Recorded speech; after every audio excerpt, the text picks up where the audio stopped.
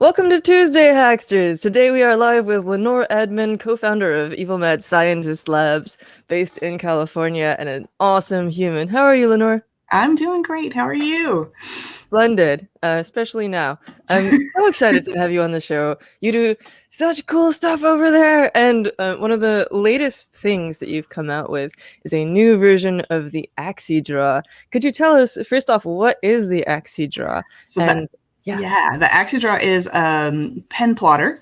Pen plotters have been around for decades, but they've had a resurgence recently, in part because of AxiDraw, that it's a modern pen plotter designed to be used with modern computers and really flexible, that you can use any pen and have it draw on anything. So we've been making the AxiDraw since 2016, I think. But we've been making pen plotters since 2010, starting with the EggBot. I was talking about a little bit of the history of our making plotters. The EggBot was our first one. That was a collaboration with Bruce Shapiro of The Art of Motion Control, and we met him through Maker Faire.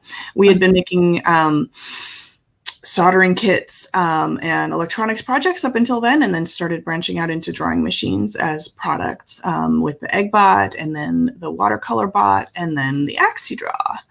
I'd love to show people some visuals of these things that you're talking about. So the EggBot is a pen plotter that draws on eggs for like Easter eggs or whatever, right? Or right, spherical and egg-shaped things. So you can draw on. You probably want to click on products up at the top, and then you can scroll down to more drawing machines. There's an EggBot Pro, Watercolor Bot. Yeah. So the EggBot draws on spherical and egg-shaped things, and so things like golf balls, Christmas ornaments, holiday ornaments are a favorite. We did a series of awards for a conference one time with light bulbs. That was kind of fun. That's really cool. So that it has a slightly different geometry than the AxiDraw and the Watercolor Bot, which draw on flat things, which is totally novel. Yeah, and then you have this engraver head that you can put on it. That's so cool. Well, I guess this is just someone's DIY one. Did you do that's an add-on that we make for it. It uses a vibrating motor to bounce the diamond point up and down on the surface and engrave on hard surfaces. Yeah. Amazing. That's so cool. So if you can't laser etch on something that's spherical, you can use this diamond bit to... Yeah, so for instance, borosilicate glass does not laser engrave because it just absorbs the energy rather than flaking and breaking the way that sort of lime glass does. So we actually worked with a maker of Klein bottles, Cliff Stoll, so that he could have an ostrich EggBot that would engrave Klein bottles. That's so cool. Yeah, we had to come up with some interesting fixturing things, but you can't laser engrave the borosilicate, which he makes his Klein bottles out of. Do you have any photos of that on here? Oh, let's see. They would be on the blog.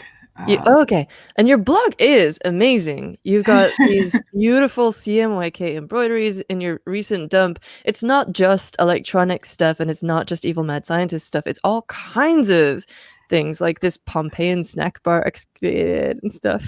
Yeah, we reserve the right to do random blogging. Historically, the blog was a place for us to sort of keep our projects. Even before we started the company, when we first started the blog, we sort of kept track of the different things and documented them there. Lego projects, cooking projects. I still post my jam recipes on the blog when I make new ones. I've got one new one that I need to put up soon. I need to do another couple batches, make sure that it's good. But I'll watch out for that one. I've seen some stuff about it on your Twitter. Yeah, I make a lot of jam. So yeah, the blog started first, and then the business sort of started by accident afterwards. And our link dumps are pretty popular. People enjoy those. We come up with lots of interesting corners of the internet to look at. So it's not all fascinating, exciting links from around the internet. You also talk about what it's like running a business, especially in, with everything going on. You have this opening back up post from last May, and I remember you also talking about back when the tariffs changed and how much of a challenge that was as a small business. I was curious if you're interested in talking about that. Yeah, so that actually just came up on Twitter again recently that some friends were mentioning whether the tariffs will be lifted now that we're in a new administration. And obviously, I don't think that's like the highest priority of things that need to change right now. There's a lot of things that need to change. Yeah. But like my friend said, they could hire another person if they didn't have to pay the tariffs. Yeah. And I actually think that's probably true. It would be much easier for me to staff up more if I wasn't paying that extra 25% on a lot of the things that we bring in from China. 25%. Yeah, it's pretty hefty. I mean, we've managed. Our demand for product has been good, so that's helped us out a lot. And we haven't typically raised prices much, even though our costs have gone up with the tariffs. Wow. But yeah, it would be much easier for us to grow staffing wise if we had a little bit more, cash flow from not having to spend that. So I'm hopeful that will change over time. So right now I know that you have you and Wendell and Zener, your cat, who's a superstar. Do you employ any other people in the company currently? Yeah, so we have 6 or 7 employees right now. And that's varied over the years.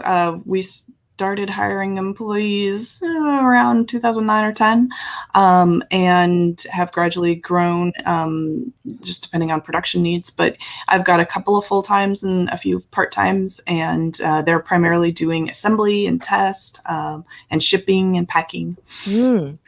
So in '09, was it sort of like you were just like, now's the time, and it was sort of a gradual ramp up, or was there some sort of breakout thing that everyone suddenly wanted? So it was a gradual ramp up. We, like I said, I sort of accidentally started a business making kits and things. And it was growing. And then, EggBot was, pretty popular. It got on like the Martha Stewart show after, we showed it at, Maker Faire, New York, things like that. So, that was probably one of the bigger ones that shifted us a little bit. And Watercolor Bot did a similar thing.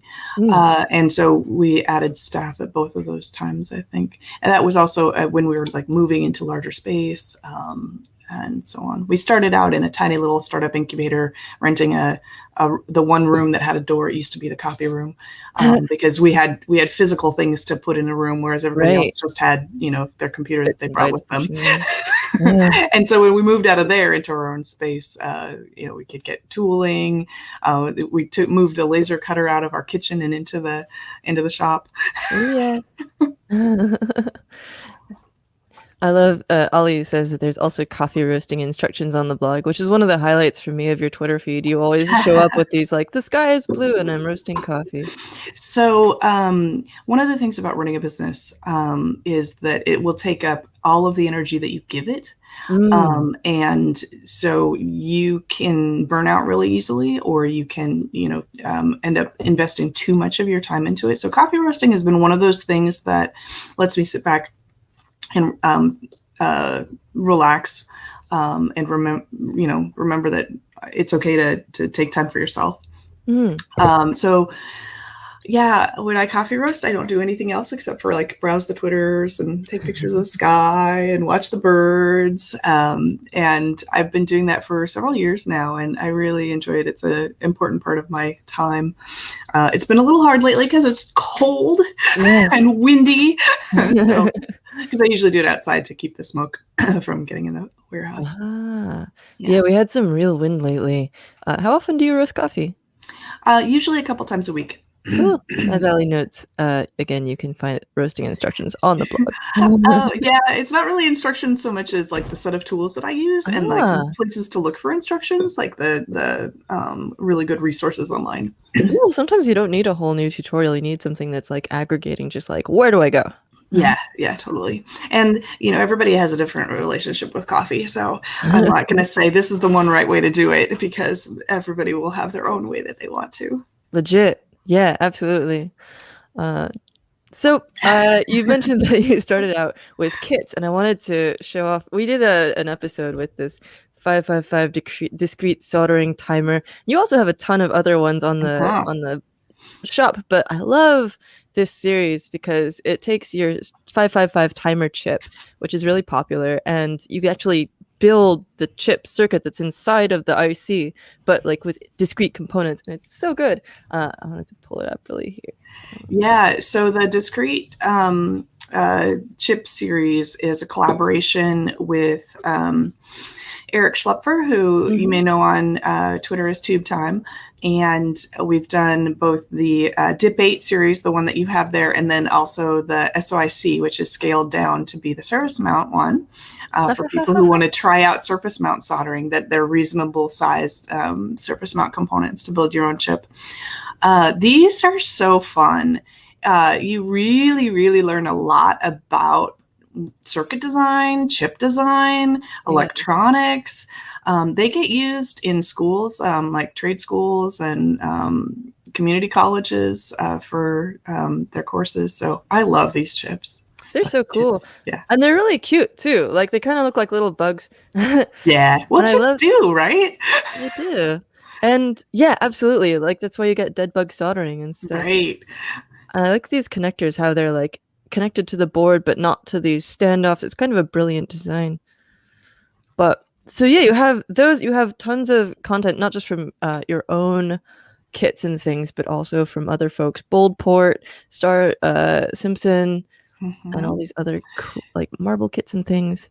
Yeah, so we started out just selling our own kits, but gradually added kits that are sort of in the same niche that we are, from makers that we've met or collaborated with remotely through maker fairs and things. So yeah, the Solar Robotics friends in Calgary, and then Spikenzie and Boldport and Adafruit and Star. It's neat that there's such a great ecosystem of people enabling learning, and letting people build things that are really fun.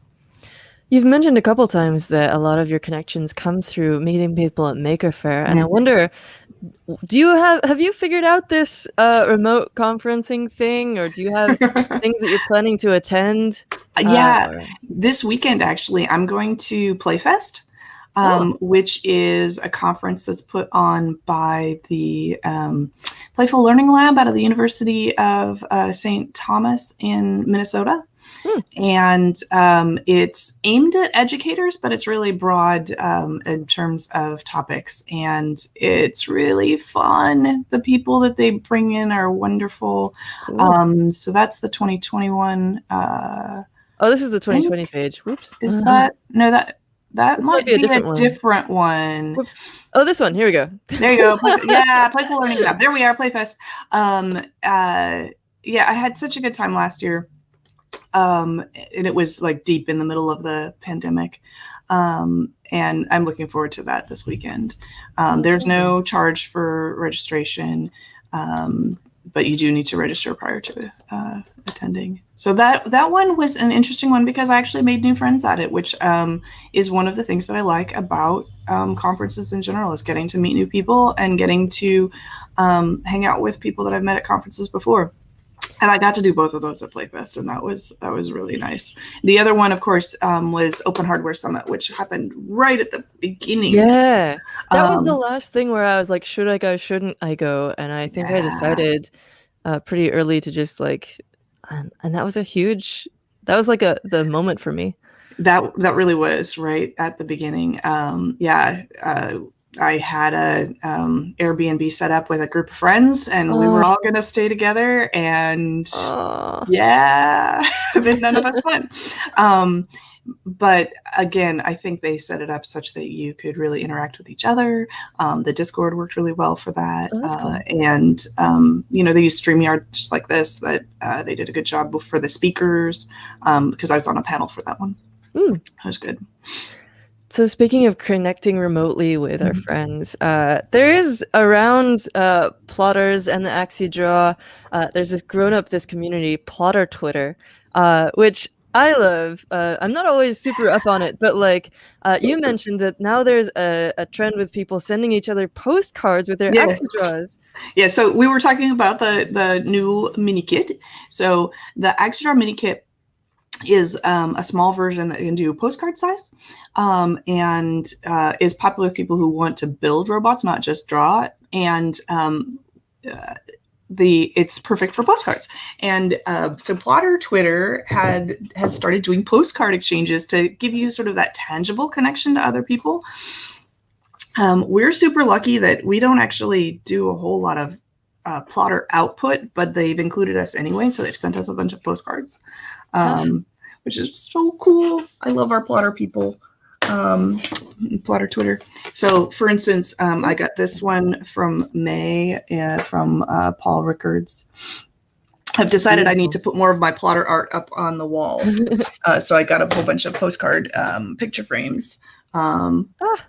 Here's one from Bree Pettis. Wow. Yeah. They're just really wonderful. Oh, Frank Albanesius did this one. Wow, beautiful. This was actually pre-pandemic, but it's grown in popularity since the lockdowns and things. Here, this one's from June. This is Joel Camarada. Wow, that's gorgeous. Isn't that beautiful? All these people are doing like very beautiful mathematical art. I have these ones that I did over the holidays for just sending people out. And this is a really simple design. Like, I want people to know this. It's really simple to get started with these, because this is just, there's an extension for Inkscape. There's a couple of extensions that help you with controlling the AxiDraw, but also generating content for it. And this is just some like random lines I put on, and then 3 like generated polygons or polyhedra, and then you can choose, whether or not to show the hidden lines in the back and stuff. There's all these wonderful fonts that come with it, and it's really easy to just sort of grab an idea and run with it. And yeah, I can't wait. I didn't realize that there was more of an excuse to do AxiDraw postcards, so that's very exciting for me. Yeah, so the hashtag Plotter Twitter is great. And then there's a community, a Discord community called Drawing Bots. There's actually a couple of Discord communities around generative art and pen plotters. So there's a generative Discord that's not specifically about plotters, although they do have a plotter channel. But the Drawing Bots Discord, tons of tools. They're so generous in sharing their tips and ideas and methods, and what pens they use, and all of their experiments, their works in progress. That's one of the best things about making pen plotters, is that this group is so generous in helping each other get started, find ways around problems. It's amazing. Yeah, I wanted to show Squiggle Draw, which is one of the really cool ones that I've come across that helps you make portraits and things. You just put in a photo. It's a utility with processing. You drop in a photo, and then you can choose different ways of squiggling these lines to create a sort of portrait out of a single continuous line. It's super cool. Yeah, I love Squiggle Draw. It's one of the easiest ways to get started with converting bitmap art to path art, line art. And yeah, it can be really, really fun. I've had people just have really good success right off the bat with that one. Yeah.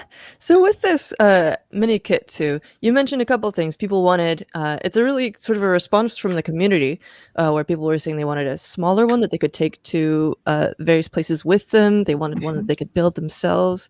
And I love how you're so responsive, and you really listen to what people want. And as you said, like, you basically people sort of demanded that you start a store because you're doing so much cool stuff. Yeah, that very, very first Maker Faire, we had brought our dining table, which we had hand soldered 448 LEDs together with these nodes and interactive, Whoa. and people kept coming up and saying, "Oh, how do you make that? I want to make that." And we're like, "No, you don't. This is so much work." And but they kept saying, I want to make that. And so we made circuit boards to make it easier so that it wouldn't be such of a tedious hassle. And so that was kind of one of our very first projects. So yeah, accidentally. So people have demanded or, requested or made suggestions all throughout the time that we've been running our business, about different types of soldering kits that are useful, about the drawing machines, additions for the drawing machines. People do weird stuff with these. They're not just a drawing machine. It's really a multi-purpose XY stage, right? That you can put anything on your pen head here, and it can move in X and Y, and it's relatively inexpensive. So we've seen it getting used in science. So my favorite one, like we did not expect it to be used this way, is a group out of UCLA in their archaeomaterials group that put a scanner head at the top of the AxiDraw and used it as a scanner for scanning artworks in situ. So they put the AxiDraw on a tripod and would scan the artworks without having to move them out of place. Wow, that's so they really were, cool. Analyzing the pigment contents and things. It was just So like they needed like a really high res thing, but also like you could do it without touching the art, without moving it. Yeah. And it needs to be essentially, low cost, installable anywhere, flexible. Right. So yeah. Yeah, so you've got engraver heads, and you created this watercolor bot, which is sort of another interpretation of the same kind of thing. I noticed there's a whole AxiDraw accessories area. Right. So if you see there's that rigid end effector, that was what they needed for the scanning project, because they didn't need a pen to move up and down. They needed their head rigidly attached for scanning purposes. So other people are using it for different things, but when someone says, well, I need it to not move, okay, well, we can do that. And you have these serviceable parts as well, like replacement servo motors and a replacement power supply. It's really got this right to repair mentality as well. Most of so pretty much all of our soldering kits, and as much as possible, we've kept things open source and open source hardware. There are some constraints on that. There are some things that aren't necessarily good choices for open source. But the idea is that you should be able to use it fully. And repair it yourself if it needs repair, adjust it, modify it for new uses. It's exciting to us when people find new ways to use it. And if we locked it down further, it would be harder to repurpose. That's so cool. Yeah, this idea of really owning the hardware that you own. And also, like, as the creators of the kits, you seem so excited about everything that people are creating with them. It's just so cool. Oh, yeah, it's really quite wonderful. You also have all these components and things. It's not just, it's kits, it's drawing bots, it's components.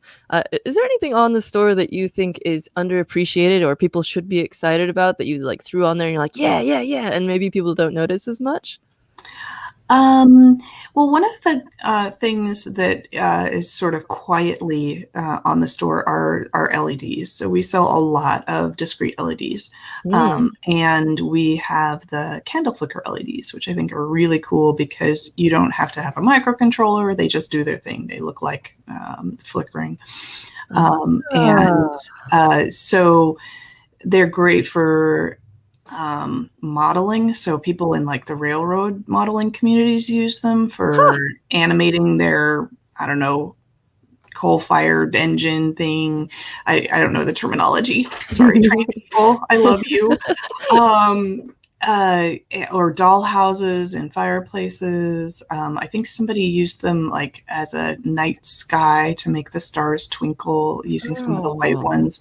So I like things like that again can get repurposed, that they're really easy to use.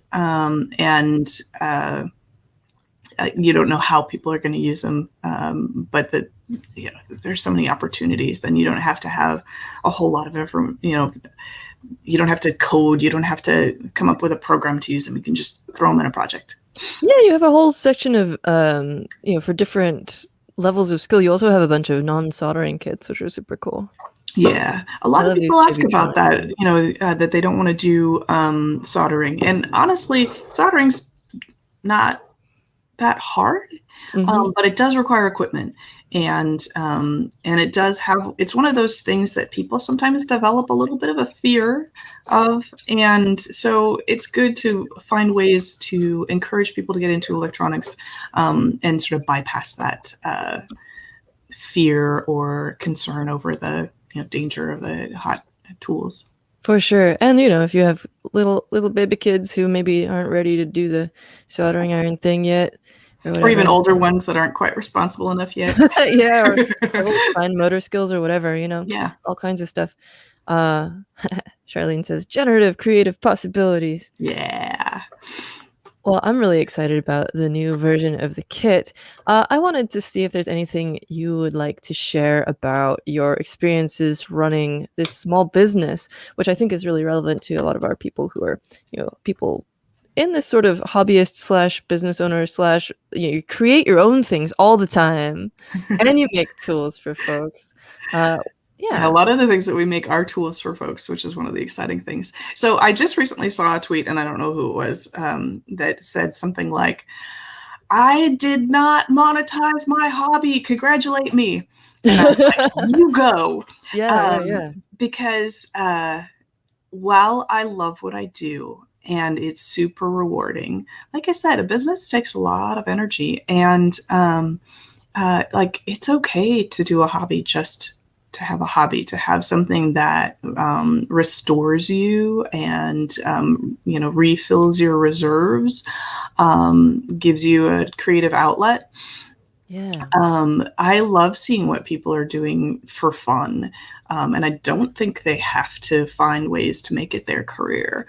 It's okay to have a career where you're just earning money. Yeah. And so that said, I do love what I do, and it's always something different. When Zell and I started the business in 2007, just sort of in our free time, spare time, and his background is as a physicist, and I had done a wide variety of sort of administrative type jobs. In a wide variety of contexts, including academic and the business world. And so we have a really diverse sort of skill set. And we've both built things together over the years, just, Halloween projects, furniture, those kinds of things. So that's a great test of being able to work together. It's true. and honestly, running a business as a couple is a totally different topic that I'm sure there's lots of. Absolutely. Maybe we'll get you both on. I mean, actually, in any business relationship, being able to communicate well and work together well is super, super important. But we brought together just an array of experiences that gave us a pretty good head start for running a business together. I mean, we've learned a ton along the way.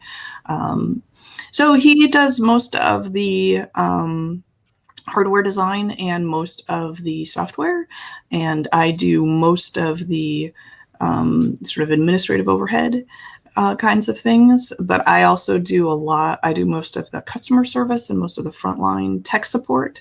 And he does most of the more in-depth tech support or, complicated problems. And then there's like the things of, the human resources, like who's managing production and who's managing shipping. And it's sort of a mix of what kinds of things that we are each in charge of. Solid. I've done some time in customer support and tech support, and I really enjoyed actually the sort of puzzles people come up with. I imagine you get a lot of interesting questions about weird stuff people are doing with their machines. Lately, the questions are all pretty similar. Uh, We've been making AxiDraw long enough that the new questions don't come up as often. Fair. And so it's oftentimes the challenge is figure out how to answer the question that they're not asking, but they need the answer to. Huh. Like what question are you really asking? Yeah. So that's always a fun puzzle. Huh. Yeah, it is really like a puzzle, isn't it? Yeah. And that very much resonates with me, what you said about not having to monetize your hobby. Of course, like if we had better social support, it seems like people wouldn't feel this need as much, but also, yeah, this idea that you don't have to do it. And that it's perfectly fine to have a job that you do for money and, have that be separate from your hobbies, and you don't have to have everything be something that you absolutely love. Like that's the thing that I did for years when I was getting started in hardware was like, I would go to build the robots and go to the cons in my free time. And then I had this tech support job that paid the bills, and it was just fine. Yeah. When we moved out to California and we both had full-time jobs, suddenly we had like free time.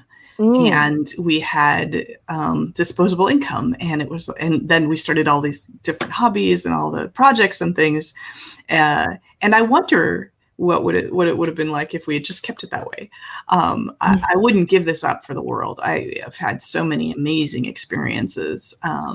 But it's kind of an interesting thought of what would that alternate reality look like. But yeah, it's okay to like just do the thing that you love in the off hours.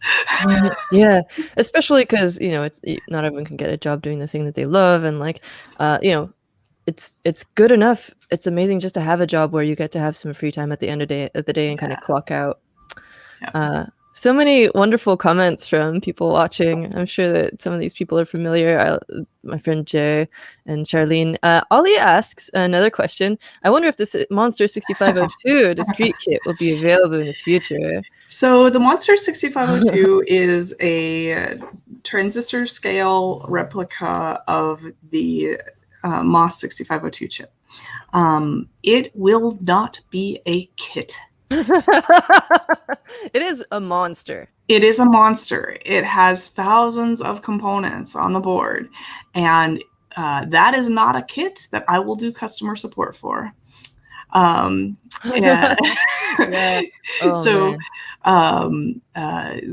when we launch that, it will be an assembled product that you'll be able to hang on the wall and run programs on, hook up to a monitor and a keyboard, and play with. That's been one of the things that's really been delayed by this last year, is that it's for us to carve out time for the side projects is hard because we're running a business. And then for us to carve out time for side projects when everything is crazy in the world, it's even harder. So that's one of the side projects that is set aside. We had been hoping to bring it to the Vintage Computer Festival last year, but of course those were canceled. Or they may have been moved online, but we'll get back to that one. It's still happening, but it won't be a kit. Good to know. If you get a bare PCB and build one up successfully yourself, we will like celebrate your success, but we will not help you build it. That is a wise choice. It's good boundaries. Oh, okay. Well, I've been doing kit tech support for okay, what year is it? For a lot of years now. Well, in the meantime, everyone can gaze upon its beauty at monster6502.com. You can, if you want a kit, you can pick one up on the Evil Med Scientist shop. I didn't even get to the bottom of this page. There's cool stickers too. No slower and with more bugs. Is that an EMSL original? I've never seen anyone else make them. So Legit. yes, we've been making those for years. People love them. I gave some to my sister for her organic farm That's stand. great. So it's And so multi-purpose. Yeah, it's not just totally electronics. multi-purpose. Yeah, yep. Many applications for those stickers. Well, in the meantime, everyone else, be sure to check out the AxiDraw kits, including the new AxiDraw Mini 2. Did I say that right? Mini Kit AxiDraw 2. Mini Kit 2. And thank you so much for joining us. This was a true pleasure, and I hope that your next coffee roasting adventure goes well. Oh, thank you so much for having me. Say hey to Wendell and Zener! Oh, nope, no Zener. I was going to try and grab her for you, but she just. Well, there's lots of pictures on the blog and on your Twitter feed, which people can follow you. They can follow both you at one Lenore and EMSL. Go check out Plotter Twitter as well. Oh yeah, hashtag Plotter Twitter. That's where it's at. Thanks again. Have an awesome rest of your day. All right, thank you. Bye, everyone.